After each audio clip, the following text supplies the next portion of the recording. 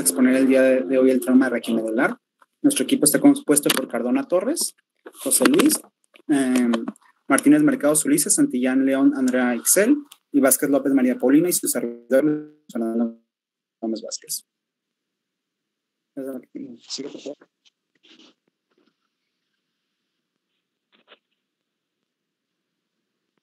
Andrea, ¿puedes cambiar, por favor? Ok, primero que nada vamos a hablar un poco y rápidamente de la anatomía. Tenemos que la médula espinal se desarrolla a partir de la región caudal del tubo neural. Esta mantiene una organización segmentada, todo el desarrollo, se encuentra cubierta por las meninges, pesa alrededor de 30 gramos y constituye un 2% del peso del cerebro adulto. Tenemos que como su morfología se extiende por el foramen magno-occipital hasta el borde inferior de la primera vértebra lumbar. Y esto tiene una diferencia del recién nacido que alcanza hasta la tercera vértebra lumbar. A la región pulmonar se divide en 3 planos, que puede ser el foramen magno-occipital, la decusación de piramidal y la salida de las raíces anteriores del primer nervio cervical. Esta va a tener diferentes tipos de subificaciones, dado que está suspendida en el espacio suracnoideo. Esta va a ser los ligamentos dentados, el filo interminal y las raíces nerviosas. Vamos a tener que tiene diferentes estructuras en la superficie. Estas tienen la fisura anterior medial, el surco anterolateral, el surco posterolateral, el surco anterior posterior, el surco medio posterior. Posteriormente también tenemos la columna posterior por su asta posterior, donde vamos a encontrar el núcleo marginal posterior, el núcleo propio, el núcleo de Clark, el núcleo intermedio, la columna intermedia, que también se conoce como la asta lateral, la columna anterior o posterior anterior, en la cual también vamos a encontrar el núcleo anterolateral, el núcleo anteromedial, el posterior anteromedial y el retroposterior lateral. También recordando pues que la sustancia blanca, que es parte de la médula, está formada por fibras mielíticas rodeadas por sustancia gris central. Tenemos que la médula espinal está formada por un cordón posterior, un cordón lateral y un cordón anterior, en los cuales los tractos espinales ascendentes vamos a encontrar el fascículo gracil, el fascículo cuenciforme, el tracto espinotalámico anterior, el tracto espinotalámico lateral y posterior también, el tracto espinoveroso anterior, tractos espinales descendentes, tracto corticoespinal lateral, que puede ser también medial y lateral, y el tracto espinal con las fíbulas oviloespinales. Posteriormente, cuando estemos hablando de la clasificación de Asia, vamos a hablar un poquito más de cómo estas van a interactuar de diferentes regiones del cuerpo. ¿Alguna pregunta hasta aquí? Me parece que no. No, Luis, adelante.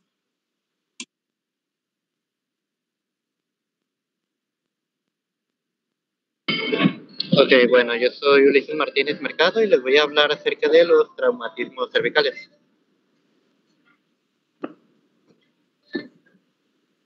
Bueno, hay que entender que el traumatismo cervical es una lesión grave de las partes blandas de la columna vertebral y esto se debe a movimientos rápidos que pueden ser consecutivos y opuestos a la cabeza y puede ser causado por algún golpe contuso o hasta por una herida penetrante en la misma zona cervical y puede afectar a múltiples regiones, ya que en el cuello se encuentran muchas estructuras anatómicas que ya hemos repasado anteriormente. ¿Siguiente? Bueno, en la epidemiología, ¿qué encontramos?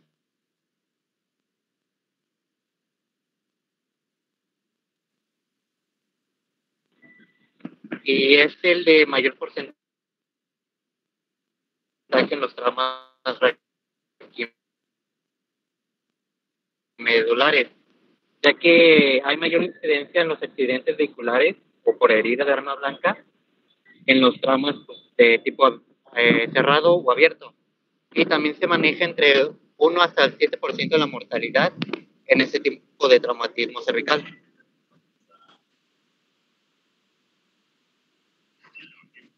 Siguiente.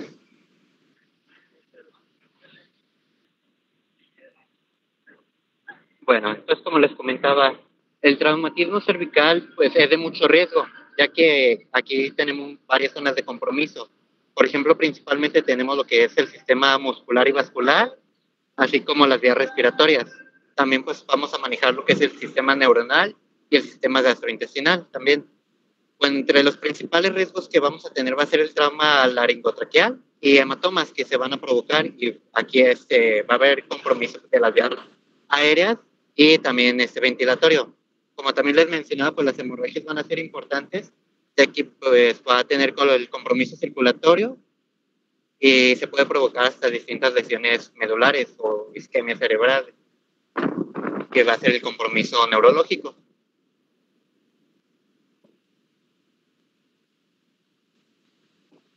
Sí. Bueno, el trauma cervical se va a dividir para clasificarlo y categorizarlo dependiendo el mecanismo y la zona. Hablando del mecanismo, hay de dos, es cerrada o penetrante. La cerrada es donde solamente ocurre un movimiento muy brusco, mientras que en el penetrante tiene que haber un objeto contuso que perfore la zona del cuello.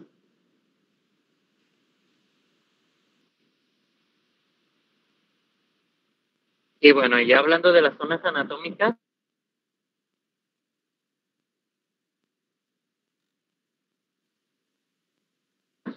se va a dividir en tres, la 1, la 2 y la 3, así como pueden observar en la imagen, explicar cada una.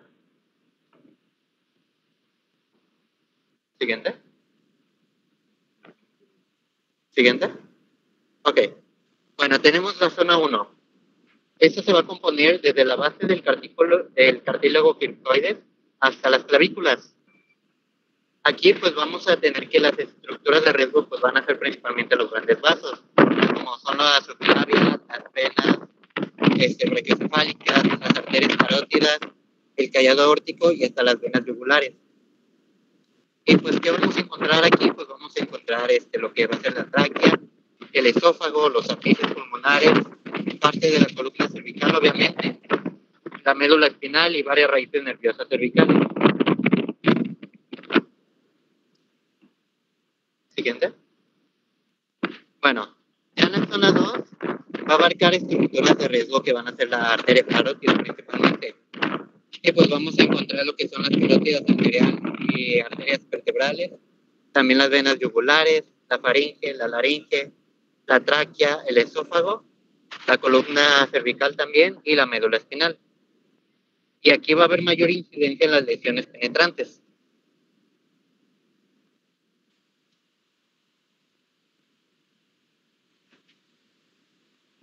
Y ya correspondiendo a la zona 3, vamos a tener que abarcar desde el ángulo de la mandíbula hasta la base del cráneo. Y aquí las estructuras de riesgo que tenemos que cuidar es la arteria carótida. También en esta zona pues vamos a encontrar lo que son las glándulas salivales, las carótidas, el esófago, la tráquea, los cuerpos vertebrales, las arterias carótidas, las venas yugulares también y los nervios craneales del 9 y el 2.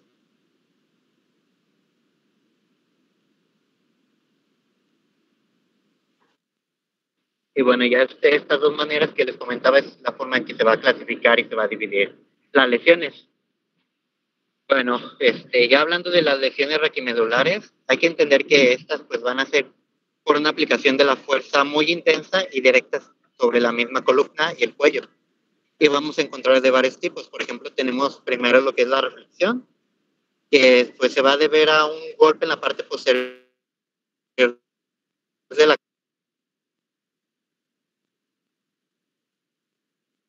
cabeza. Y aquí va a producir, por ejemplo, solicitación anterior. También vamos a encontrar fracturas en cuña y en las apófisis espinosas.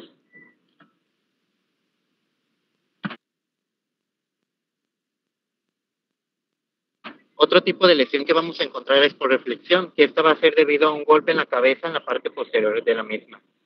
Y aquí vamos a encontrar que se produce por una subluxación anterior, una luxación intravertebral bilateral también. ¿Sí me escuchan, perdón? Un tanto cortado, pero sí, continúa. Sí. ¿Hola? ¿Vale? Sí, ¿Se me escucha bien? Un tanto cortado. Sí, te escuchas bien. Ok. Bueno. A ver. Bueno, continuando, también vamos a encontrar lesiones por una compresión cervical, que es de las más peligrosas, ya que va a ser por un choque del vértex de la cabeza sobre una superficie fija, como se ve en la imagen. Y aquí vamos a encontrar fracturas del Atlas o de Jefferson y fracturas por un estallido de las vértebras cervicales inferiores. También vamos a tener lesiones por una hiperextensión de la misma cabeza debido a un golpe en la parte anterior de la misma o de la parte del mentón, lo que va a provocar que exista una fractura o luxación del arco atlantoideo posterior, también una fractura llamada lágrima de extensión o de verdugo, y va a provocar también una compresión de la médula. O también vamos a encontrar lo que ya son lesiones de flexión y rotación y extensión y rotación, que es la misma ya flexión en la misma columna. Siguiente.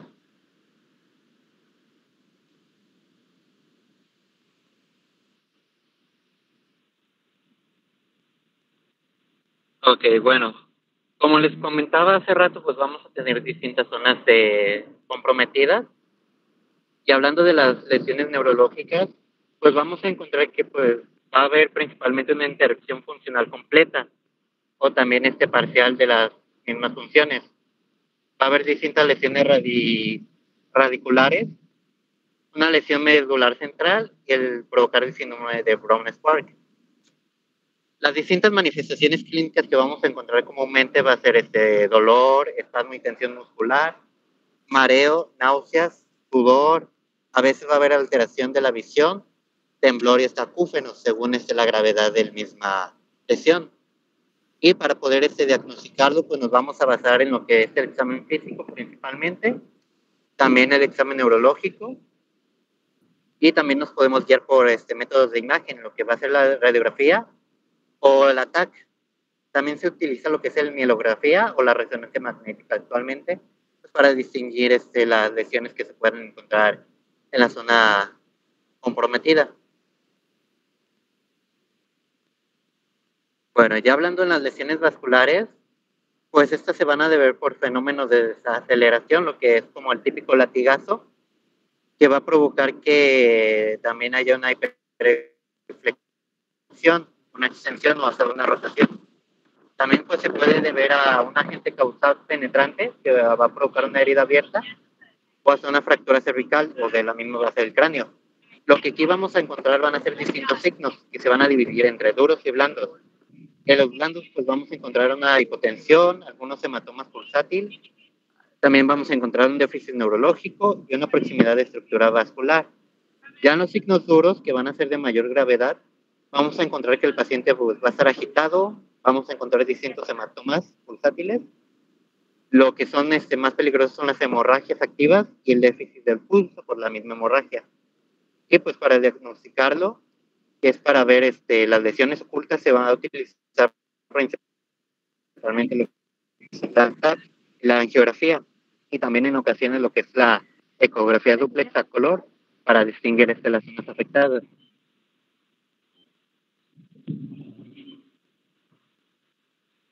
Siguiente.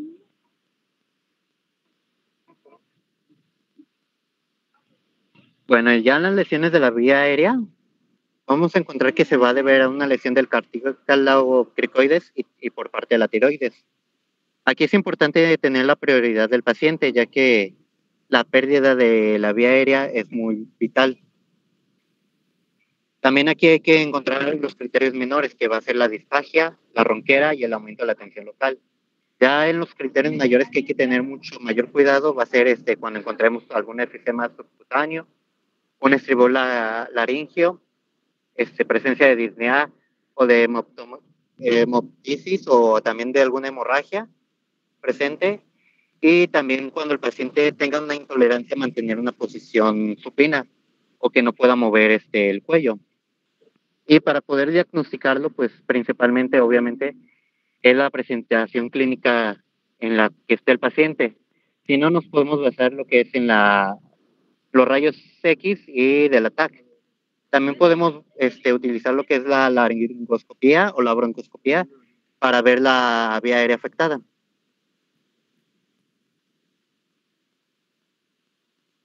Ya en las lesiones esofágicas, estas se van a deber pues por una presión intraesofágica que se produce por la compresión de los cuerpos vertebrales dañados y por el cartílago cricoide que también va a afectar, o también por diversas heridas abiertas.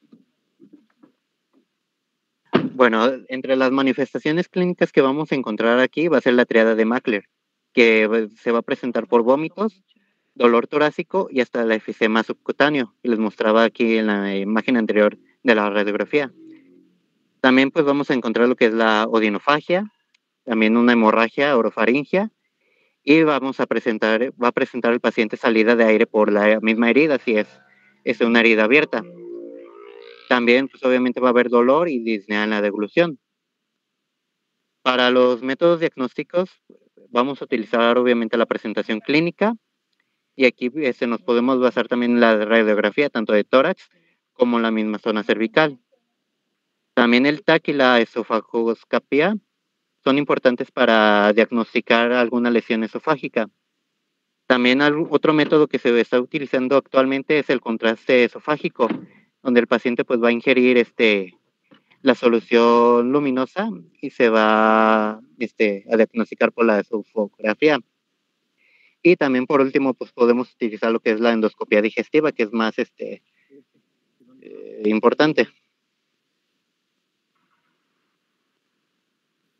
Bueno, para el manejo de estos pacientes hay que tener un enfoque con las normas de ATLAS, que es basados en la norma ABCDE.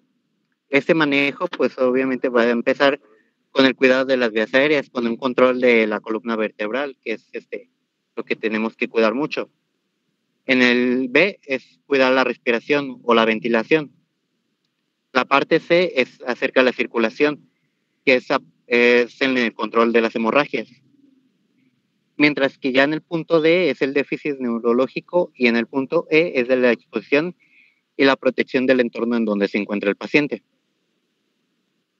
Aquí pues también es importante la inmovilización de las zonas, ya que la columna cervical es muy importante y se puede utilizar aquí lo que es el collarín que todos conocemos, también algunos prótesis como son ortesis tipo póster y también un tipo de chaqueta.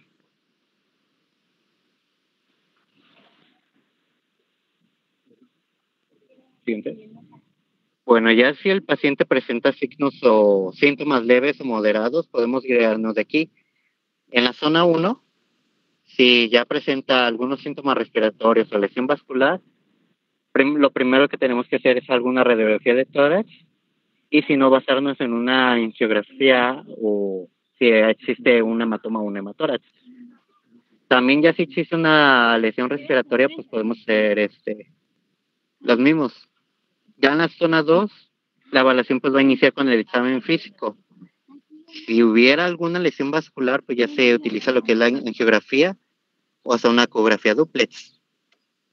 Ya si la lesión es aurodigestiva, o sea, en la parte de la laringe o la tráquea, se puede utilizar lo que es la laringoscopía o una fibrobroncoscopía. Ya si se ve afectado el esófago, pues podemos utilizar también una esofagoscopía flexible. Ya basándonos en la zona 3, si existe una lesión en la zona respiratoria vascular, pues hay que guiarnos con un examen físico, con una angiografía o con una arteriografía. Bueno, ya hablando de un manejo definitivo, esto se utiliza ya con pacientes con unos síntomas o signos ya más graves. Como les comentaba, pues la hemorragia y la asfixia o las lesiones en la vía aérea son las más importantes.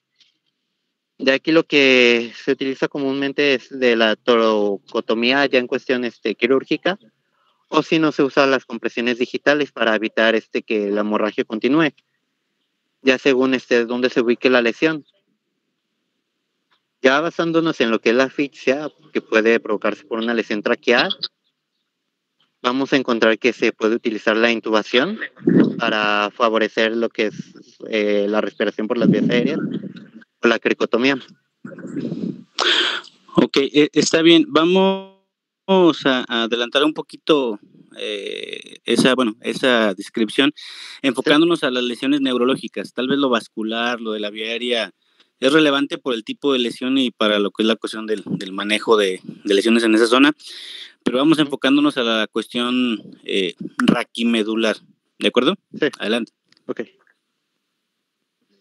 La siguiente, por favor.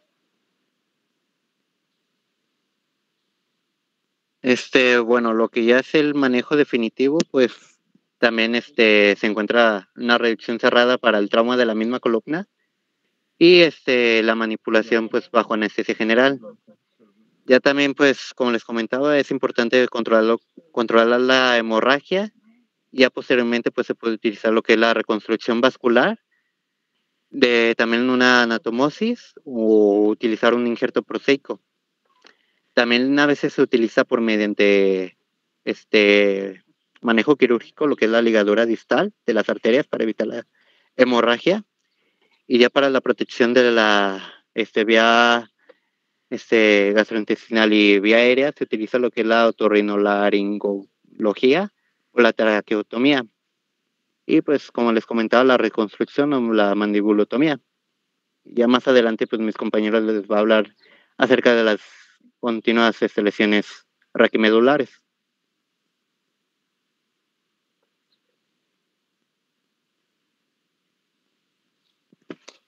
Bueno, ahora pasando a lo que son los síndromes medulares, vamos a abordarlos mi compañera Paulina y yo. Y bueno, voy a empezar yo. Mi nombre es Andrea Santilla.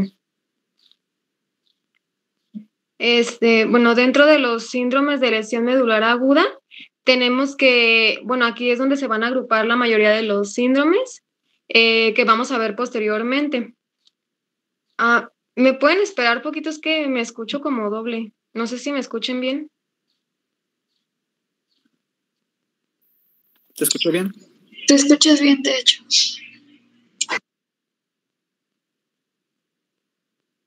Nosotros te escuchamos bien. Sí, de hecho sí te escuchabas bien.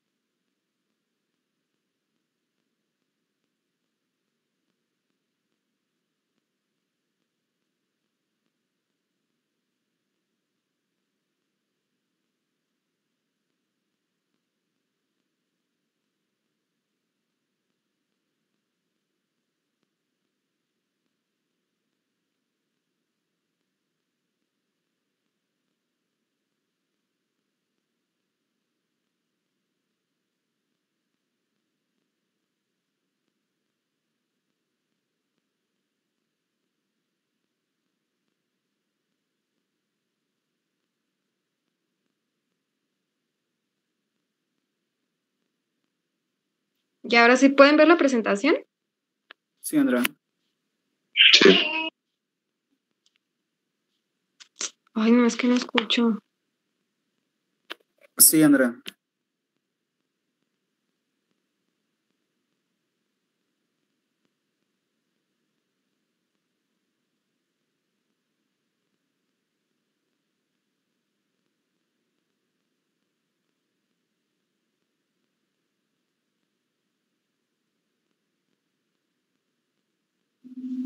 Listo. ¿Sí me escuchan bien?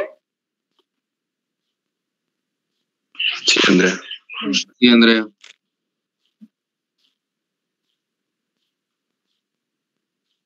Bueno, les mencionaba que dentro de los síndromes de la lesión medular aguda tenemos lo que es bueno, aquí se agrupan todos los síndromes que vamos a ver posteriormente.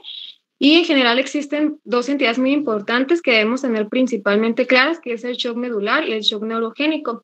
El shock medular, que puede tener una duración posterior a un trauma después de 24 horas o incluso aplazarse hasta 4 semanas, se caracteriza principalmente por la presencia de parálisis flácida, por incontinencia esfinteriana, abolición de la sensibilidad y bueno, esto se debe a lo que es la interrupción de las influencias de los centros superiores que están mediadas por el tracto corticoespinal, rubroespinal y vestíbuloespinal y etcétera, pues entre otros. Y bueno, como se muestra aquí, este es posterior a un trauma. Y por otro lado tenemos el shock neurogénico. Ay, permítanme. ¿Sí me estoy escuchando? Sí, Andrea. No sé por qué me escucho doble yo. Bueno. Bueno, por otro lado tenemos lo que es el shock neurogénico.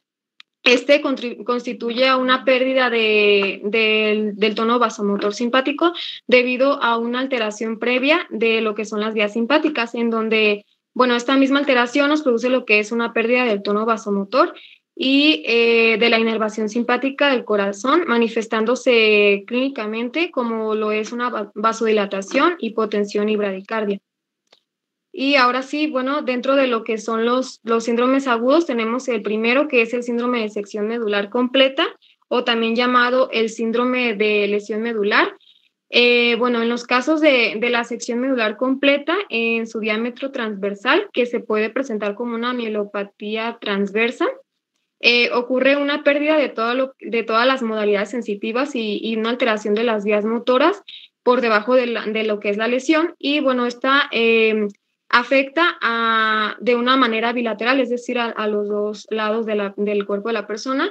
Y bueno, dentro de los síntomas que puede llegar a presentar el paciente están los sensitivos y los motores. Los sensitivos son síntomas localizadores de la lesión en un nivel medular longitudinal que es concreto, como lo puede ser el dolor radicular, que bueno, puede presentarse en banda. ¿Qué quiere decir esto? Que el dolor irradia dependiendo de la zona lesionada. Por ejemplo, si este irradia hacia lo que son los brazos, es la lesión es cervical.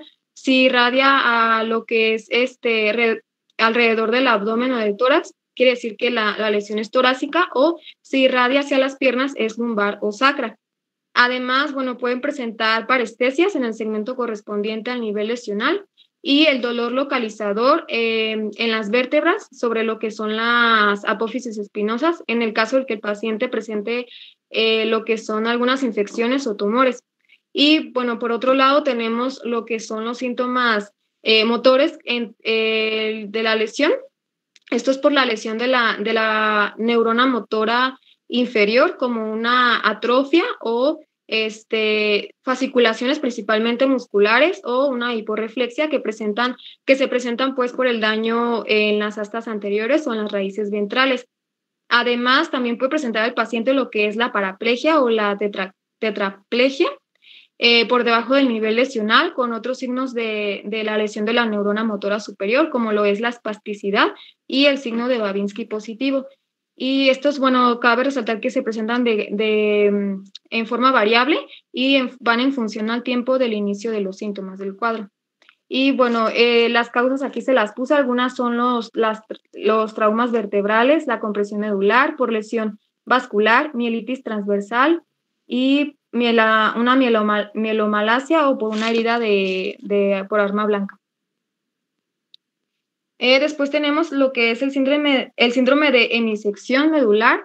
Este es un síndrome en donde hay una lesión en la médula, donde se afecta solo la mitad lateral de lo que es la médula.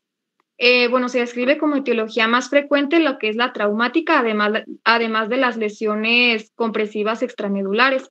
Cabe resaltar que, como vemos en la imagen inferior derecha, vemos un corte transversal de la médula. Aquí vemos que principalmente se ha afectado la parte izquierda del paciente, pero también debemos de resaltar que no porque esta zona esté afectada, la zona del lado contrario no lo vaya a estar, sino que también puede presentar síntomas o signos de los dos lados. Entonces, bueno, en cuanto al lado de la lesión, el paciente va a presentar un déficit motor que va a ser secundario a la afectación de las neuronas bueno, es porque están afectadas estas neuronas, las cuales se encuentran en la columna de la sustancia gris, y por la interrupción del tracto corticoespinal, que, bueno, va a descender del mismo lado.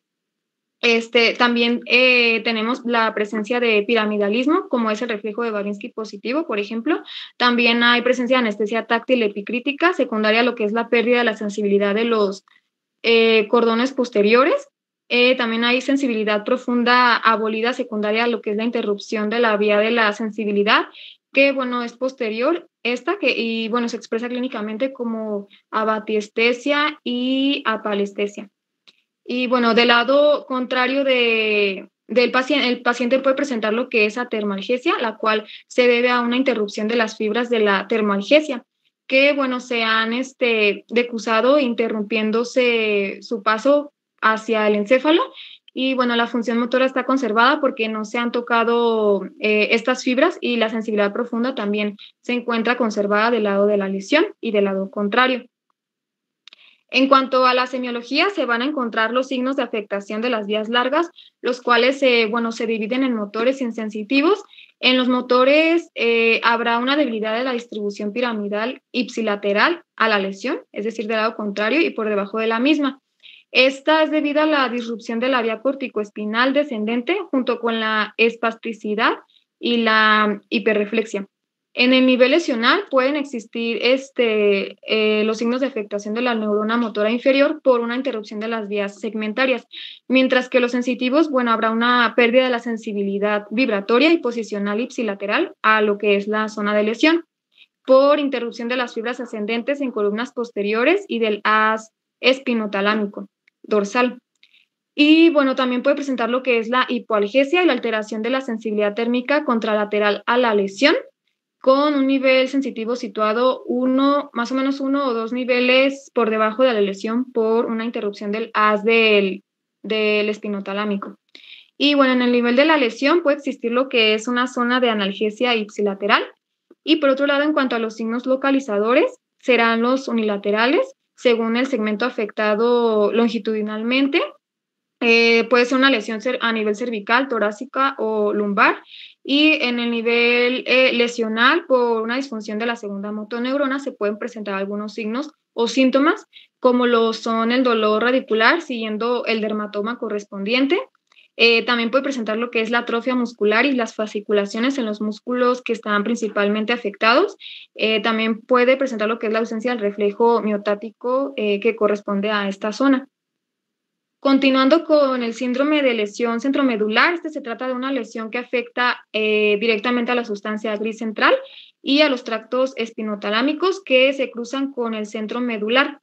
La lesión puede iniciar desde el centro de la médula e irse pues esparciendo hacia la periferia. Y bueno, implica también la lesión de otras vías anatómicas, y no solo las localizadas en el centro, sino también las que están alrededor de esta parte. Se van a ver afectados principalmente los miembros superiores, como los brazos y el tronco de la persona. Y bueno, ¿esto qué lo puede causar? Lo puede causar lo que son los ependiomas, astrocitomas y los siringomiela. Y en cuanto a la semiología de vamos a ver una pérdida de la sensibilidad dolorosa y térmica de forma suspendida. En un inicio va a ser únicamente en el nivel lesional, o dependiendo si hay más niveles, en el caso de que la lesión implique pues a otras zonas lesionadas. En cuanto a la sensibilidad propioceptiva y vibratoria, se preservan intactas ambas modalidades de sensibilidad profunda, así también como la táctil. Y bueno, va a haber una disfunción motora, va a aparecer posteriormente al afectarse la segunda motoneurona en este nivel. Y bueno, por lo tanto, se va a poder localizar lo que es el nivel de una lesión centromedular por los signos de la segunda motoneurona, que bueno, puede presentarse, como ya lo vimos anteriormente, como una atrofia o fasciculaciones musculares, y por una debilidad o una hiporreflexia. Bueno, estas serán diferentes según la situación cráneo-caudal. Y bueno, en este caso, cuando se dañan las astas anteriores, también existe lo que es la atrofia segmentaria. Esta también puede presentar lo que es la paresia y la reflexia, y también incluso puede presentar lo que es la cifoescoliosis por la alteración de la musculatura paraventral. También mencionaba que si la lesión se extiende hacia lo que es un nivel más o menos entre la C8 y la la C8 y la T1, aparecería lo que es el síndrome de Horner con algunas características como tosis, miosis y anitrosis.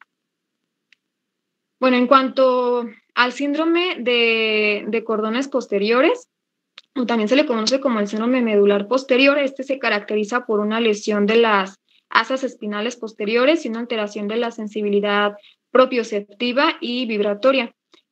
Bueno, ocasiona una mancha atáxica que va empeorando con los ojos cerrados y con la oscuridad. Bueno, también aquí tenemos que el paciente va a presentar un signo de Romberg positivo y, bueno, clínicamente se manifiesta por una alteración de la propiocepción, anestesia táctil epicrítica y una ataxia de la marcha. Y las principales causas de que presenten este tipo de síndrome es por una oclusión de la arteria espinal posterior, porque el paciente padezca de esclerosis múltiple o sífilis. Y en el caso de la semiología, en ocasiones existe lo que es el dolor lacinante en las piernas y, bueno, existen también otros signos motores característicos como lo son la hipotonía en las extremidades afectadas.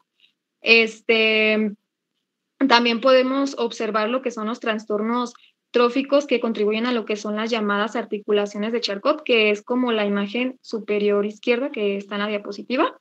Los reflejos también miotáticos, rotulianos y los arquilios pueden estar ausentes también. Y, bueno, también se describen en este síndrome lo que es la incontinencia urinaria, porque, bueno, por presentar vejiga neuropática al afectarse el control periférico. Y, bueno, también mencionaba que cuando la lesión se sitúa a nivel cervical, existe un fenómeno llamado fenómeno de Lermite, no sé cómo se pronuncia, en el que, bueno, hay una flexión del cuello desencadenada por una corriente. Se pronuncia Lermite. Ay, gracias. Lermite. Lermite. Fenómeno de Lermite. Bueno, este es un fenómeno en el que la flexión del cuello va a estar desencadenada por una corriente eléctrica que baja por la columna vertebral. Y, bueno, de mi parte sería todo. No sé si tengan alguna duda antes de pasar con Paulina.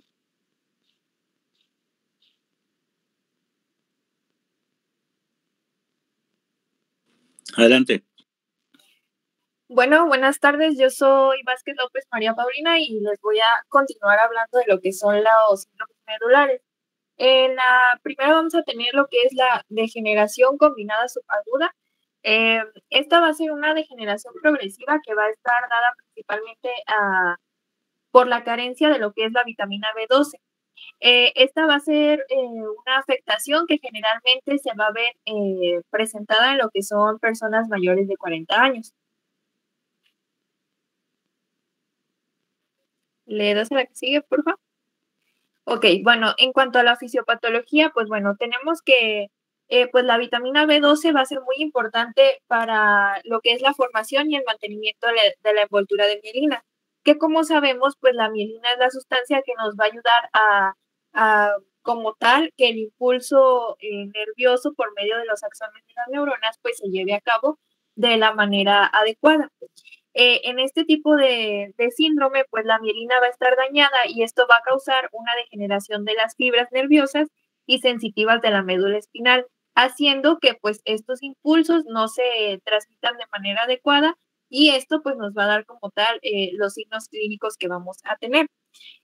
Aquí también algo muy importante es que la carencia de lo que es la vitamina B12 también se va a ver relacionada con la presencia de lo que es anemia perniciosa.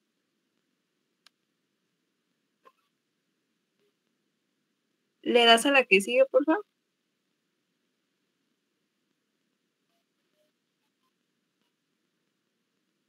Ok, en cuanto a los síntomas, vamos a tener que pues se va a presentar una debilidad general, parestesia en lo que son los miembros superiores e inferiores. También va a haber una pérdida de lo que es el sentimiento de la posición. Los movimientos, pues por el hecho de que está alterado pues esta transmisión de impulsos, pues van a ser unos movimientos torpes, haciendo también que la marcha se torne difícil. Vamos a tener que los miembros van a estar rígidos y los reflejos pueden estar disminuidos, aumentados o no estar presentes. También una característica importante que vamos a tener en estos pacientes es que en cuanto a su comportamiento, se pueden ver irritables, apáticos, confusos, soñolientos o un poco suspicaces. ¿Le das a la que sigue?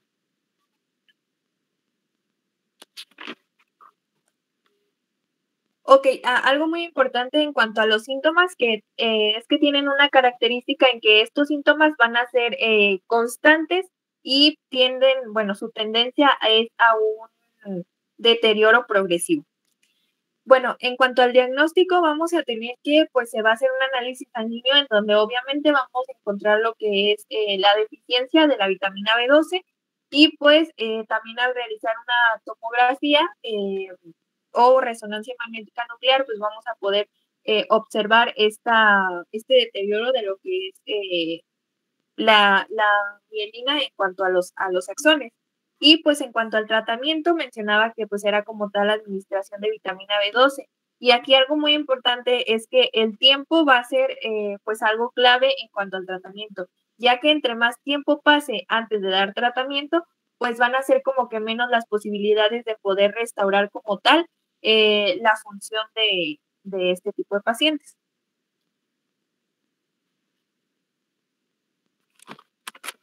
Bueno, ahora vamos a entrar a lo que es el síndrome del asta ventral. Aquí, si se fijan en cada título de cada síndrome, está la imagen de donde representa la zona gris, pues la zona en donde se está presentando como tal la lesión en lo que es la columna. ¿Le das a la que sigue? Bueno, esta va a ser una condición en la que la principal motoneurona afectada pues va a ser la inferior y esto como tal nos va a dar como causa o como consecuencia un déficit motor. Este trastorno va a estar asociado a lo que es la presencia de poliomielitis y atrofias musculares espinales. ¿Le das a la que sigue? Bueno, en cuanto a las manifestaciones clínicas, vamos a tener lo que es una hiporreflexia, fasciculaciones de lo que son los músculos afectados y pues como tal una atrofia muscular debido pues a esta afectación en cuanto a la afectación que da como tal el déficit motor. ¿Le das a la que sigue? Bueno, ahora entrando a lo que es el síndrome combinado, este va a ser combinado del asta ventral y el fascículo corticoespinal lateral, como ahí vemos la zona afectada. ¿Le das a la que sigue?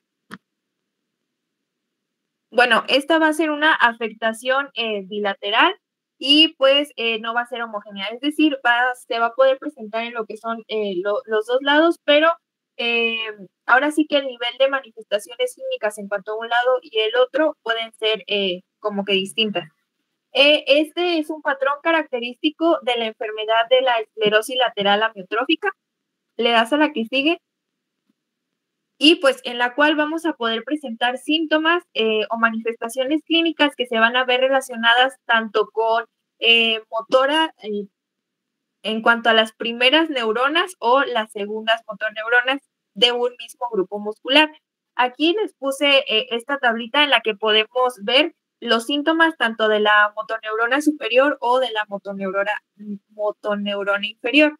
En cuanto a la motoneurona superior, pues obviamente van a ser síntomas extrapiramidales que pueden ser pues, la hiperreflexia, presencia del signo de Babinski, puede desarrollarse una atrofia secundaria a la inactividad, aumento de la espasticidad y pues en cuanto a las motoneuronas inferior, que es ya como tal, ahora sí que todo lo de movimiento, pues vamos a tener también la presencia de ciertos síntomas que, como les digo, estos pueden darse combinados en este tipo de trastorno. ¿Le das a la que sigue? Bueno, y por último tenemos lo que es el síndrome medular anterior. ¿Le das, por favor? Bueno, estas van a ser lesiones que van a afectar de manera desproporcionada a lo que es la médula anterior y estas habitualmente se van a dar debidas a una causa de falta de riego sanguíneo o de un infarto. Esta, pues obviamente, al presentarse el infarto, este va a estar dado por la principal, que es la oclusión de la arteria espinal anterior. Al haber una oclusión, pues obviamente se va a interrumpir lo que es el riego sanguíneo y pues va a causar como tal el infarto en esta zona, y este infarto pues va a ser lo que nos va a dar como consecuencia pues la lesión. ¿Le das a la que sigue? Bueno, en cuanto a las manifestaciones clínicas que vamos a tener en este tipo de pacientes, van a ser la pérdida de la sensibilidad termoalgésica, parestesia o tetraparesia, alteraciones de esfínteres, pero aquí una característica importante es que en cuanto a las alteraciones que van a tener, algo que se va a ver conservado, pues va a ser la sensibilidad vibratoria posicional. Esta va a estar conservada en este tipo de síndrome. ¿Le das a la que sigue?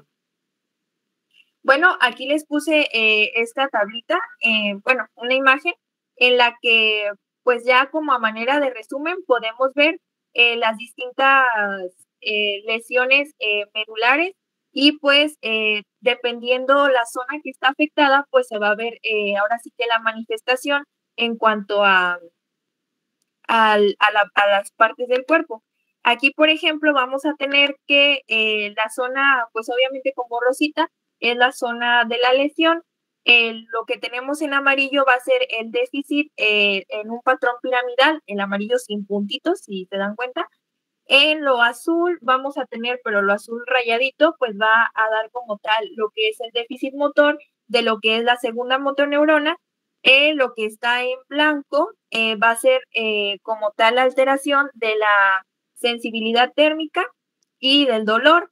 Y pues ya por último, el que es como tipo grisecito, pues va a ser la alteración de la sensibilidad vibrante y posicional. Y pues de esta manera es como que un resumen para ver qué es lo que vamos a ver afectado en cada una de las lesiones según pues la zona que está afectada. ¿Tienen alguna duda de esto?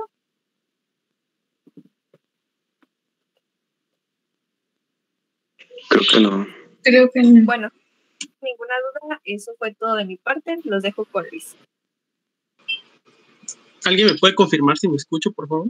Sí, te escucho. Muy bien, Sí, te gracias. escuchas. Vamos a comenzar con lo que viene siendo traumatismo lumbar. En este caso vamos a abarcarlo como un traumatismo tóraco-lumbar. Mi nombre es José Luis Cardona Torres. ¿Puede darle la siguiente, por favor? Primero que nada debemos tener en cuenta el concepto de lo que es el traumatismo tóraco-lumbar. Pues como tal es un traumatismo o afección en el cual se abarcan porciones específicas anatómicas de la columna vertebral. En este caso pueden ser torácicas, lumbares o mixtas, es decir, de ambas. Estos tipos de traumatismo normalmente se identifican porque suelen disminuir la calidad de vida de los pacientes por distintas afectaciones, ya sea medulares o, en este caso, de porciones óseas vertebrales.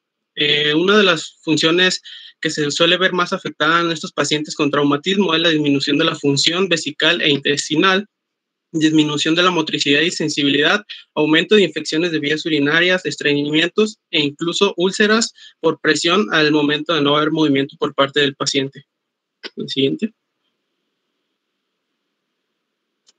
Y comenzando con una pregunta también, ¿cuáles son las áreas anatómicas más predisponentes a las lesiones toracolumbares?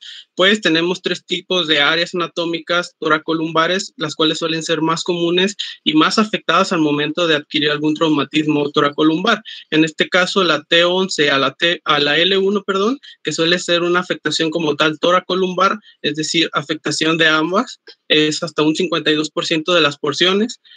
Una afectación únicamente lumbar suele ser de L1 a L5 en un 32% de los casos, y una afectación torácica que suele ser de la T1 a la T10 en la porción anatómica hasta un 16%. Hay que tener en cuenta también que los factores de riesgo suelen ser variables. En este caso, hablando específicamente de traumatismo, suelen ser por golpes de alta energía o traumatismo como tal. Sobre todo se suelen presentar una epidemiología de hombres, sobre todo jóvenes de 15 a 29 años, y que aunque no siempre es un factor predisponente de riesgo, la economía activa suele ser uno, ya que los pacientes que suelen presentar traumatismos, la frecuencia o etiología como tal de dicho traumatismo suele ser a causa de un accidente de tráfico. Por lo tanto, la economía activa va a hacer que los pacientes suelan tener acceso como tal a un transporte personal, en este caso los coches. La siguiente. Y las condiciones relacionadas al traumatismo, pues como tal, Ya mencionaba, suele ser afectación por algún accidente de tráfico o alguna caída por distintos factores como lo es la edad, pero siempre suele estar afectado otras porciones anatómicas u órganos adyacentes, como lo viene siendo en un 50% de los casos, una rotura de víscera abdominal o de algún vaso de grande calibre. También en un 20% suele estar acompañado de lesiones pulmonares y en un 10% suele estar acompañado de lesiones hemorrágicas. Estas lesiones hemorrágicas podemos identificarla sobre todo en el cuadrante superior derecho hablando de hígado y cuadrante superior izquierdo hablando de vaso. Desafortunadamente este tipo de hemorragias suelen ser hemorragias internas y se identifican hasta un momento de la exploración física. También se suele ir acompañado hasta en un 6, un 15% por afectaciones de vértebras contiguas. Ahora sí, la siguiente, por favor.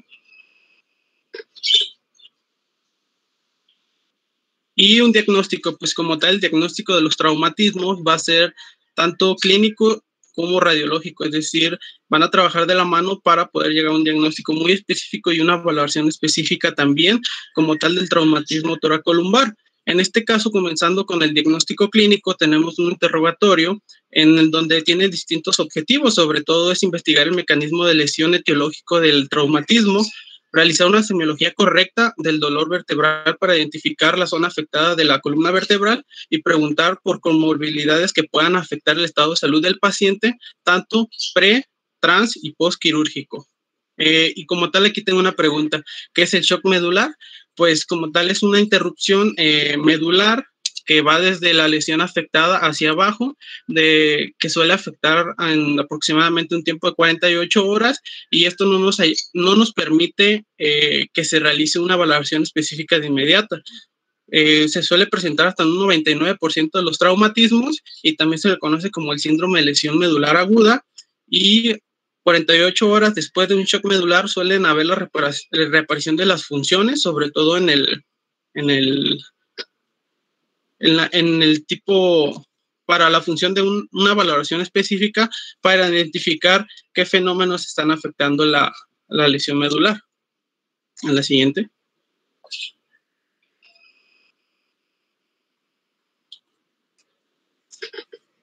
Cabe mencionar que también el primer reflejo después de un shock medular suele ser el bulbo cavernoso, en donde se identifica al paciente que puede tener distintas funciones, tanto vesicales y abdominales, sobre todo vesicales, de un control propio. En la exploración física también, que forma parte del diagnóstico clínico, vamos a tener una prioridad, sobre todo en cuanto identificamos al paciente con un traumatismo, una valoración ABC. Muchas bibliografías nos la mencionan como ABCDE, y en este caso la guía de práctica clínica nos maneja que las más importantes y las primeras que deben de ser evaluadas vienen siendo ABC, vía aérea, respiración y circulación, y en este caso si los pacientes tienen todos los puntos anteriores en una manera correcta, sin alteraciones y que no suelen afectar al paciente en su estado de salud, vamos a continuar con la aplicación de un collarín cervical y férulas en extremidades en caso de haber alguna lesión o algún traumatismo también en extremidades. Después continuamos con una técnica llamada rodado en una pieza para poder continuar con lo que es la palpación de la columna y así identificar zonas dolorosas, edemas, saltos, deformidades, entre otras alteraciones de la columna vertebral, para así poder hacer una evaluación del estado neurológico con la escala de Asia, que como tal no me voy a meter muy a detalle, ya que a continuación nos la explicará nuestro compañero Luis. La siguiente, por favor. Ya entrando y dejando de lado el diagnóstico clínico, que es uno de los más importantes, hasta en el 70-80% para un diagnóstico específico, en el complementario va a ser el diagnóstico radiológico. Como tal, la radiografía simple, la TAC y la resonancia magnética suelen ser de función útil. Sin embargo, cuando las combinamos estas tres, el diagnóstico suele ser muy certero, pero hay que tener en cuenta que el orden como tal de la realización de dichos estudios suele ser radiografía simple, tomografía axial computarizada y resonancia magnética. Esto vamos a tener un resultado de mayor identificación de lesiones óseas y valoración y clasificación más exacta. La radiografía simple, podemos tener distintos tipos de planos anatómicos, pero los más utilizados, ¿puedes darle un clic, por favor? Van a ser las anteroposterior y la lateral. También tenemos las oblicuas y la dinámica. Sin embargo, ¿por qué suele utilizarse más la anteroposterior y lateral? Porque pueden identificar la alineación vertebral, como lo vemos en la imagen, Y también en este caso, la radiografía simple va a ayudarnos a identificar anomalías de la alineación y estrechamiento de algún espacio discal de la columna vertebral. La siguiente.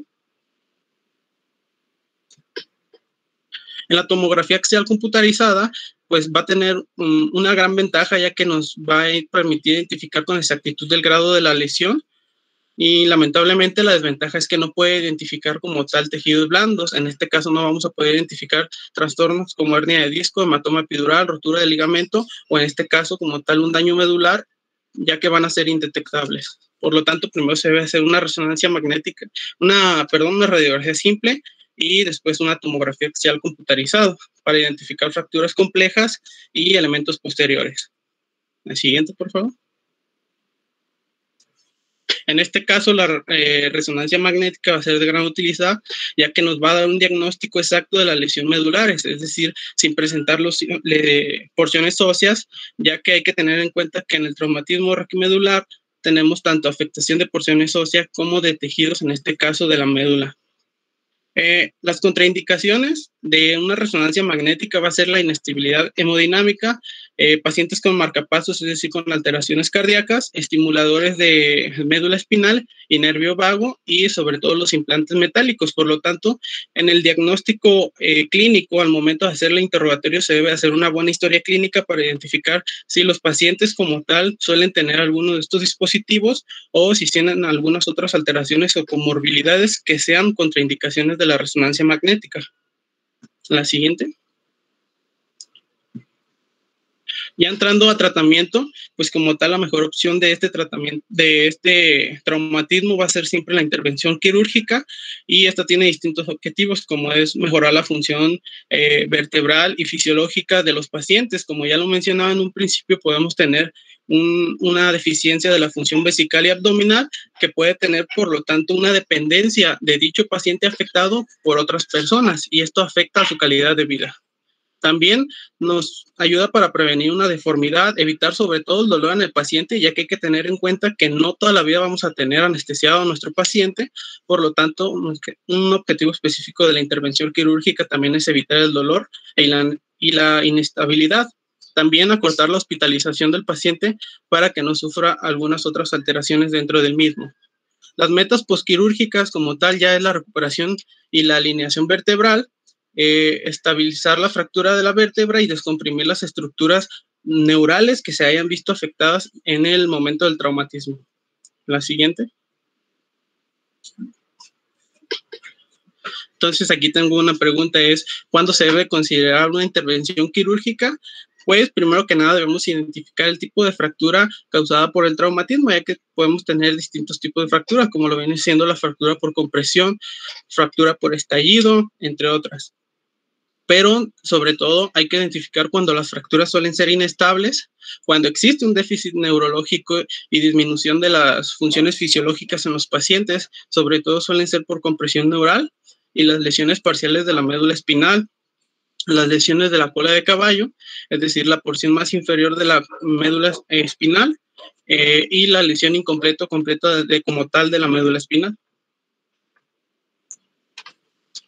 En esta diapositiva, en el abordaje quirúrgico, hay que tener en cuenta que ya se tiene la valoración y la clasificación del paciente con traumatismo toracolumbar. Por lo tanto, ya se va a seleccionar el abordaje quirúrgico correcto para el paciente, pero nos menciona que puede ser tanto por microcirugía y cirugía abierta. Cuando es en un abordaje quirúrgico anterior, se suele abordar de manera por microcirugía. Cuando es por un abordaje posterior, puede ser por cirugía abierta.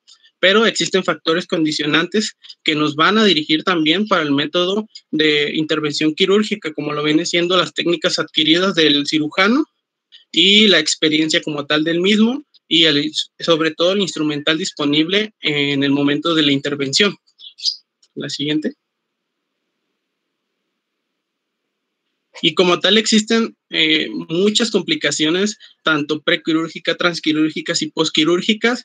Sin embargo, aquí les hice un resumen de las 3 más importantes en cada una de las etapas. Y el prequirúrgico, sobre todo en los pacientes que no quieren realizar como tal una cirugía para mejora como tal de ellos mismos, suele existir un dolor crónico, enfermedad tromboembólica, hay riesgo de enfermedad tromboembólica y afectaciones en la cola de caballo, es decir, alteraciones vesicales o esfinterianas. En el transquirúrgico puede existir un deterioro neurológico, una lesión intraoperatoria de vasos grandes o desgarros como tal durales, es decir, con derrame de líquido cefalorraquídeo. Y en el postquirúrgico podemos tener como tal infecciones superficiales o sistémicas, persistencia del síndrome de equina, ahí dice esquina, pero es equina, es decir, de la cola de caballo, y una mortalidad como tal en el paciente. La siguiente. Tenemos nuestro pronóstico como tal de un traumatismo toracolumbar, pues este suele ser variable, todo va a depender del grado de la lesión neurológica que presenta en un paciente, y en este caso podemos identificar si el paciente no tiene déficit o lo tiene parcial, pero no completo, pues el pronóstico suele ser bueno y la intervención de igual manera suele ser buena. Pero cuando existe como tal un daño neurológico completo, estos pacientes tienen un pronóstico para poder quedar parapléjicos. Y también otros factores fundamentales, tanto para la intervención como el traumatismo toracolumbar, suelen ser edad, comorbilidades, daños asociados y las complicaciones médicas, es decir, el estado de salud del paciente, que nos pueden complicar tanto la intervención quirúrgica como el pronóstico del paciente. Así. De mi parte sería todo, no sé si tengan alguna duda, me la pueden dejar en el chat. Muy bien, ahora sí, para terminar, vamos a hablar acerca de la evaluación de ASIA o la clasificación de ASIA. Pues de lo siguiente, por favor. Primero que nada hay que saber que esta clasificación obtiene su nombre por la American Spinal Injury Association, la Asociación Americana de la Lesión Lumbar. Esta va a evaluar la graduación de la función motora y la graduación sensitiva, lo cual nos va a dar un indicativo de la ubicación de nuestra lesión lumbar, así como la gravedad de la misma. Primero tenemos que la graduación de la función motora la vamos a evaluar en una escala del 0 al 5, siendo el 0 una parálisis total, una contracción visible o palpable, 2 un movimiento activo, rango de movimiento, que es el rango de movimiento, completo o eliminación de gravedad, un movimiento activo, el rango de movimiento completo con gravedad, será el 3, 4 sería el movimiento activo, rango de movimiento con resistencia moderada a la posición muscular específica, y 5 sería sin que no haya una afectación motora. Posterior, la graduación sensitiva, vamos a evaluarla del 0 al 2, en cual cuando no tenemos una graduación sensitiva, no la tenemos ausente, va a equivaler a 0. Cuando está alterada, ya sea por una sensación disminuida o deficiente de hipersensibilidad, vamos a darle una ponderación de 1, o cuando está normal intacta, vamos a dar una ponderación de 2. Esto, se me estaba pasando, la vamos a evaluar por la presión fina y también por la punción. También hay que recordar que evaluar por la escala de Daniels, la cual está ponderada a un máximo de 20, 5 puntos ponderados en cada una de las extremidades. Ahora sí, la escala de eficiencia ASIA, que es la que les puse aquí, va a dividir en varios tipos de clasificación. Cuando es completa, no hay preservación de la función motora ni sensitiva en los segmentos sacros S4 y S5. Cuando tenemos una clasificación B, sería sensitiva incompleta, en la cual hay preservación de la función sensitiva, pero no de la motora en los segmentos sacros más distales, como es el S4 y S5, como es el tacto fino o pinchazo en S4 y S5, o, y eso es importante saberlo, una presión anal profunda. Esta sí vamos a encontrarla. No hay preservación de la función motora en más de los 3 niveles por debajo del nivel motor en uno y otro lado de los cuerpos. En la clasificación C también estamos viendo que hay una motora incompleta. Aquí vamos a ver 2 motoras incompletas. No es que me haya equivocado, sino que vamos a diferenciarla una de la otra. En la primera se observa una función motora en los segmentos sacros más caudales durante la contracción anal voluntaria. Hay que hacer hincapié en esto. En B, en C sí tenemos contracción anal voluntaria, en B no tenemos contracción anal voluntaria. El paciente cumple con los criterios de lesión sensitiva incompleta, como es la función sensitiva preservada en los segmentos sacros S4 y S5 al examinar, con presencia de función motora en más de 3 segmentos debajo del nivel motor pixelateral en cualquier uno de los lados del cuerpo.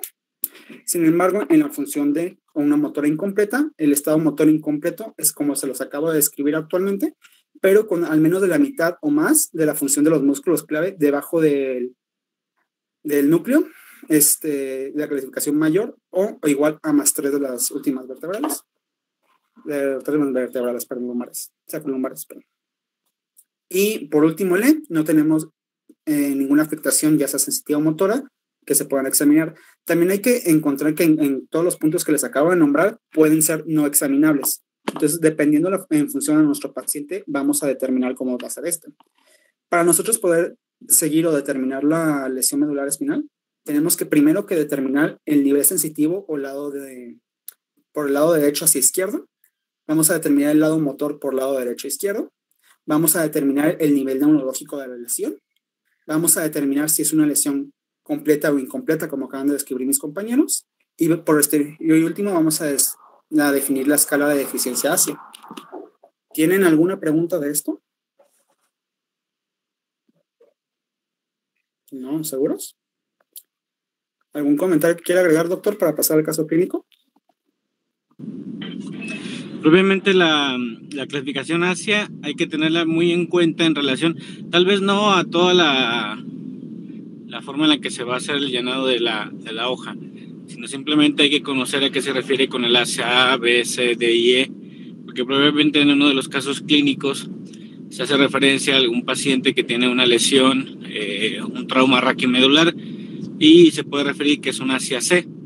Entonces, al yo mencionar ASIA C en el caso clínico, pues prácticamente usted tiene que comprender a qué se refiere, ¿sí? Que se refiere a una lesión medular parcial, completa, o qué estamos hablando, y pues en base a eso pues se van a dar una idea de cuál van a ser las siguientes, evidentemente, respuestas del caso. Adelante con el caso clínico. Muy bien. ¿Puedes dar la siguiente, por favor? Bueno, vamos a abordar un caso clínico, muy sencillo, la verdad. ¿Puedes dar la siguiente, por favor? Primero vamos a presentarlo. Tenemos una mujer de 73 años de edad sin antecedentes médicos ni quirúrgicos de interés. Esta refiere a una caída por las escaleras en su domicilio y es trasladada inmediatamente al hospital de su zona. Sin embargo, cuando se le realiza un estudio radiológico simple cervical, no se detecta más que una pequeña luxación, una esguince cervical se le dice y se le da de alta y se va a su domicilio. Dale la siguiente, por favor. Sin embargo, no sería tan fácil. Aquí podemos ver el estudio. Posteriormente, a los 2 días, nuestra paciente empieza a presentar un cuadro de paresia progresiva en los miembros superiores e inferiores.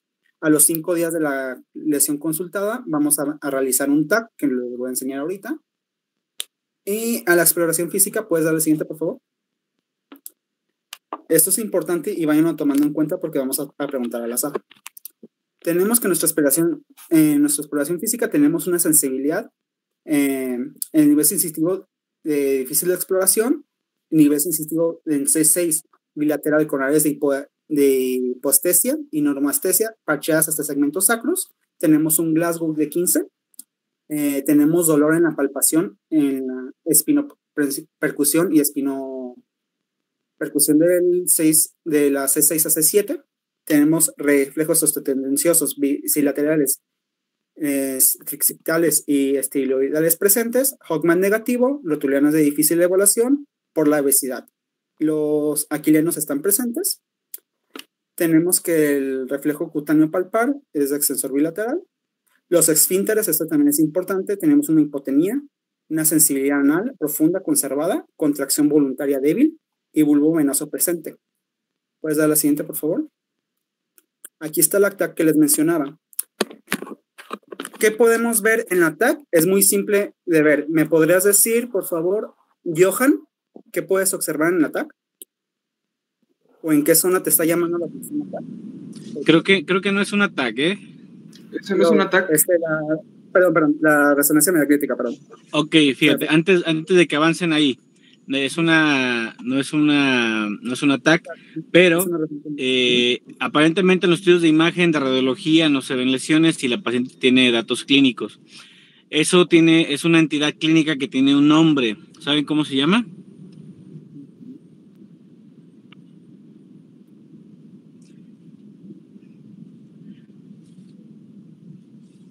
Me parece. ¿Cómo?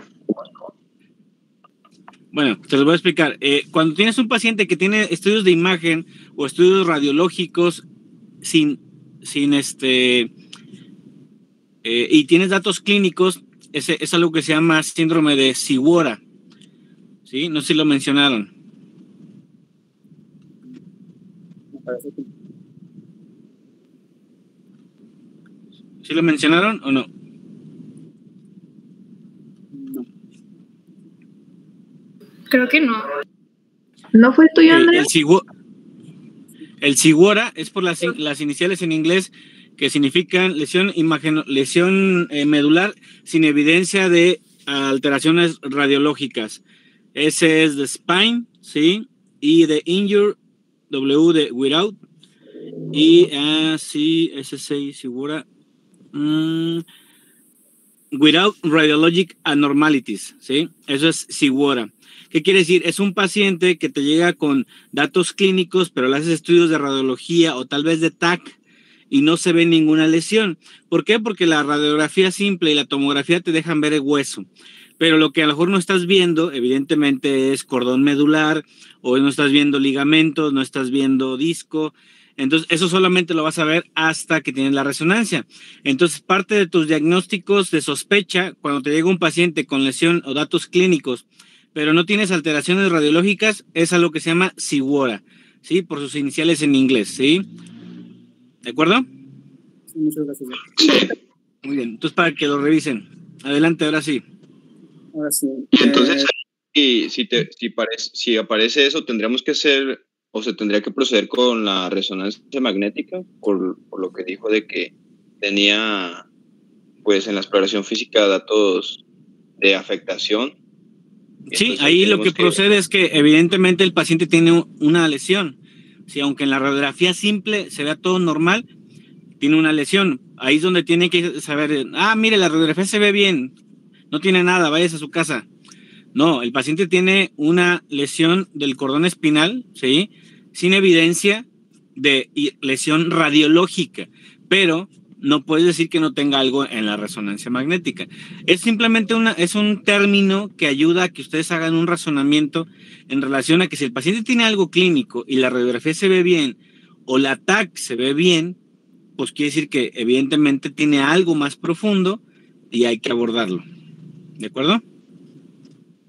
Es SC y WORA, SIWORA. Es Spinal Cord Injury Without Radiologic Abnormality. Adelante. Ok, ya me lo ponía Daniela, pero pues sí, efectivamente tiene una luxación. ¿En qué nivel más o menos? Entre C6 y C7. La resonancia magnética, y disculpa, doctor, se me son los cables. Podemos también observar el fluido intersticial y el desplazamiento posterior de C7 moderado, que te informa también el contorno de la médula espinal. Aparentemente también vemos un foco de mielopatía centromedular, de la altura del C7 más o menos, no sé si se alcanza a ver en la imagen. Y tenemos un extenso proceso contusivo marcado por un edema retrovertebral, que pueden observar ahí. También podemos ver también una posible fractura espinosa entre C6 y la ruptura del ligamento intraespinal y ligamentos amarillos, con separación, si la pueden observar ahí, no sé si se alcanza a ver, C6 y C7. Y tenemos, también, ¿ves? Puede ser por un mecanismo de hiperflexión, perdonen, moderado edema perivertebral y una depresión del platillo inferior de C6 y superior de C7. ¿Puedes dar la siguiente, por favor? A ver, dejen que me manden. Ok, primero, la primera pregunta es, ¿cuál es la clasificación ASIA de este paciente? Esta me la puedes ayudar, por favor. Isaac, perdón, me lo están mandando en aleatorio para que todos participen. Claro, según a lo que estaba viendo, yo creo que es una clasificación C, porque la paciente todavía tenía control de los esfínteres, mencionaba que tenía un control débil, pero todavía presente. Y mencionabas que una diferencia entre el B y el C era que en el B no hay control de los esfínteres. Y más o menos en cuál, bueno, eso ya es muy obvio, ¿dónde tenemos la lesión aproximadamente? Pues según lo que nos comentas, el caso y la resonancia, aproximadamente C6, C7. C6, efectivamente. Ahora, ¿cuáles serían los posibles diagnósticos diferenciales, Brandon? Hace un poquito, por ejemplo, ahí tú le preguntas dónde está la lesión. Obviamente, pues ya la resonancia pues es más que obvia. Mi pregunta es, antes de la resonancia, ¿cuál es el razonamiento de que sea a ese nivel? ¿Cuál es el razonamiento clínico? ¿Qué está afectado que te dice que es a ese nivel? Porque dice que tiene una cuadriparesia, ¿no? Ok, cuadriparesia quiere decir que afecta algo a las 4 extremidades a nivel medular, que evidentemente afecta la movilidad de las 4 extremidades. Pero ¿en dónde está la lesión? O sea, ¿qué te dice que ahí está la lesión? Sí, el déficit de las 4 extremidades te dice que está muy probablemente cervical. Así de fácil, ¿no? Porque te está afectando de ahí hacia abajo. Pero ¿qué más te dice? O sea, ¿cómo sabes que es a ese nivel sin tener la resonancia? Para eso, ¿qué ocupan saber? Ocupan saber los miotomos y los dermatomos. Ocupan saber la función de los dermatomos y la función de los miotomos en relación al plexo braquial o al plexo lumbar en su caso. En este caso, ahorita estamos a nivel cervicobraquial. ¿Sí? Entonces, ¿qué datos clínicos tendría un paciente? Tal vez no este paciente, para que no se les haga tan... ¿Los reflejos? ¿Qué datos clínicos tendría que tener un paciente para sospechar una lesión como la que tiene la resonancia? La pronación del codo y la flexión de la muñeca. Ajá, propiamente tendría esa afectación de dermatomos y miotomos a nivel de lo que sería C4, C5, C6, C7, ¿sí? Estás hablando de alteraciones en la sensibilidad desde la porción del hombro, del deltoides, de la porción del codo, de la porción de la mano, ya sea en la porción de tenar o hipotenar. Y estarías teniendo pacientes que tendrían afectaciones en la flexión o en la extensión del codo, en la abducción o la aducción del hombro, o en la flexión o la extensión de la mano, de la muñeca, o en la prensión o apertura de los dedos de la mano. Ahí es donde te estaría diciendo, ¿sabes qué? Tiene una afectación en la fuerza a este miotomo y tiene una afectación en la sensibilidad en este dermatomo. Por lo tanto, ahí es donde ustedes podrían decir que apostarían la vida de todos ustedes a que ese paciente tiene una lesión probablemente en C4, C5 o C5, C6, ¿sí? Sin necesidad de la resonancia. ¿De acuerdo? Sí. ¿O no? ¿No apostaría la vida de todos tus compañeros? Sí, la verdad. Sí. Muy bien, adelante. Ok, ahora pues ya vimos en los tipos de lesiones que eran las completas e incompletas. ¿Cuáles serían sus diagnósticos diferenciales que les haría sospechar de esto? Pero no contestó.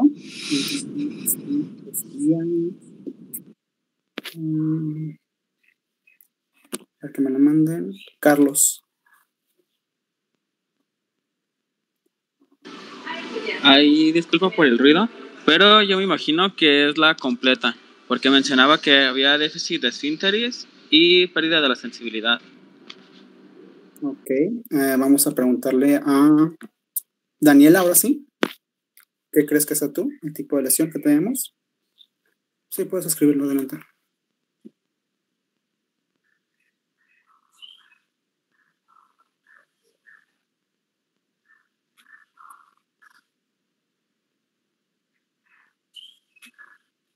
¿Y piensas que es una compresión de médula? ¿Pero qué tipo de lesión tenemos? Okay. ¿Es completa? ¿Es incompleta? Incompleta. Y por último, pensé en shock. Ok, por último le vamos a preguntar a Ávila Calva. Tenía. Yo creo que es completa. Completa, ¿por qué? Pues porque está afectando a los miembros superiores e inferiores.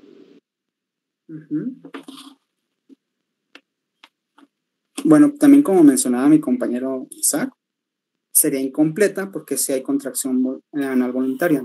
Entonces, cuando tenemos una afección completa, como explicó mi compañero, esta función no la perdemos. Entonces, el diagnóstico aquí que se llegó por parte del personal de atención fue como mencionaba mi compañero, una fractura o lesión de C6 a C7 con extenso proceso contusivo desde C3 hasta T1 y posteriormente encontramos la lesión medular incompleta, la cual nos está dando un moderado potencial de recuperación. No sé si quiere añadir algo aquí, doctor, que me haya faltado. No, ¿es su última diapositiva? Sí. Ok, perfecto. Propiamente está bien, o sea, lo que hace la diferencia entre que puede ser algo completo e incompleto, pues es evidente que debe de existir una pérdida total de las funciones motoras y sensitivas, ¿sí? Desde el nivel afectado hacia abajo, ¿sí? Entonces puedes tener síndromes medulares parciales o totales, cervicales, dorsales y hasta lo que sería el cono medular, ¿sí? Que es donde termina la médula espinal, que es el E1, lo demás ya serían síndromes radiculares, porque ya no tendríamos médula. La patología o el trauma raquimedular es muy complejo en el entendido de que propiamente son lesiones que suceden en partes muy pequeñas del cordón medular, pero tienen una manifestación clínica muy severa, en particular porque pues te dejan con una afectación motriz o sensitiva, pues que casi es irreversible. La forma en que pueda mejorar eso, pues obviamente va en relación a un tratamiento oportuno y pues al tipo de la cinemática del trauma, el tratamiento oportuno y pues un gran esfuerzo en los programas de terapia física y rehabilitación. Por tal motivo, el mejor tratamiento para las lesiones raquimedulares, pues definitivamente es la prevención. Sí, la prevención en relación a los usos de dispositivos de seguridad, a las normas para el uso de dispositivos o algunos equipos hasta recreativos como bicicleta, tirolesa, lo que ustedes gusten, porque pues obviamente hay un alto índice pues de trauma a dicho nivel. En general hay que tener bien en cuenta pues la evolución del paciente y pues poder antes de poder manipular un paciente con alguna lesión a dicho nivel, pues obviamente asegurar todo el protocolo que nos norma el ATLS en relación a la sospecha de una lesión raquimedular. En general, bastante bien. La dinámica del caso clínico está bien. Nada más, siempre hay que tratar de hacer un poquito la discusión antes de que nos regalen imágenes. Acuérdense que la imagen, pues ya prácticamente es como si nos dieran el final de la historia. Y pues para los que nos gusta leer el libro o ver toda la película antes de que nos la platiquen, pues ahí no nos quitan lo divertido, ¿no? Entonces véanlo de esa manera, ¿sí? Antes de que ustedes puedan tener el final de la película o el final del libro, ya tienen que haber hecho su análisis, ya tienen que tener sus posibilidades, sus posibles finales, pues que es parte de lo mismo, ¿no? De hacer la discusión, de que puedan hacer la asimilación de todo lo que ustedes ya están leyendo, para pues finalmente poder tener un diagnóstico correcto. ¿De acuerdo? ¿Alguna duda o alguna pregunta? ¿Me podrían repetir? Creo que no. El Asia, por favor. El Asia. Sí, en la escala de Asia, o como se le diga, ¿cuál era en el caso clínico?